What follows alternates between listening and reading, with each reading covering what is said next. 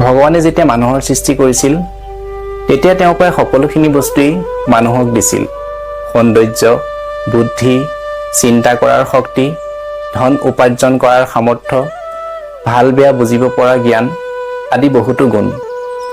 কিন্তু সেই সময়তে এটা অমূল্য বস্তু তললৈ পৰি গৈছিল। ভগৱানে সেই বস্তুটো তৎক্ষণাৎ তুলি নিজৰ চৰণৰ তলত লুকুৱাই ৰাখিলে। মানুহৰ সৃষ্টি সম্পূৰ্ণ হোৱাৰ পিছত লক্ষ্মী দেৱীয়ে ভগৱানক সুধিলে, হে প্ৰভু, আপুনি আপোনাৰ চৰণৰ তলত কি বস্তু লুকুৱাই ৰাখিছে যিটো মানুহক দিয়া নহ'ল? ভগৱানে তেতিয়া হাঁহি হাঁহি ক'লে, মই মোৰ চৰণৰ তলত শান্তি লুকুৱাই ৰাখিছোঁ।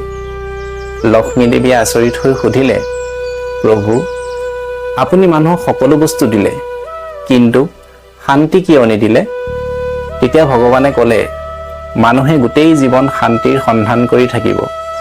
কেতিয়াবা তেওঁলোকে ধন সম্পত্তিত শান্তি বিচাৰিব, কেতিয়াবা সম্পৰ্কত, আৰু কেতিয়াবা আকৌ বিচাৰিব মোহ মায়াত।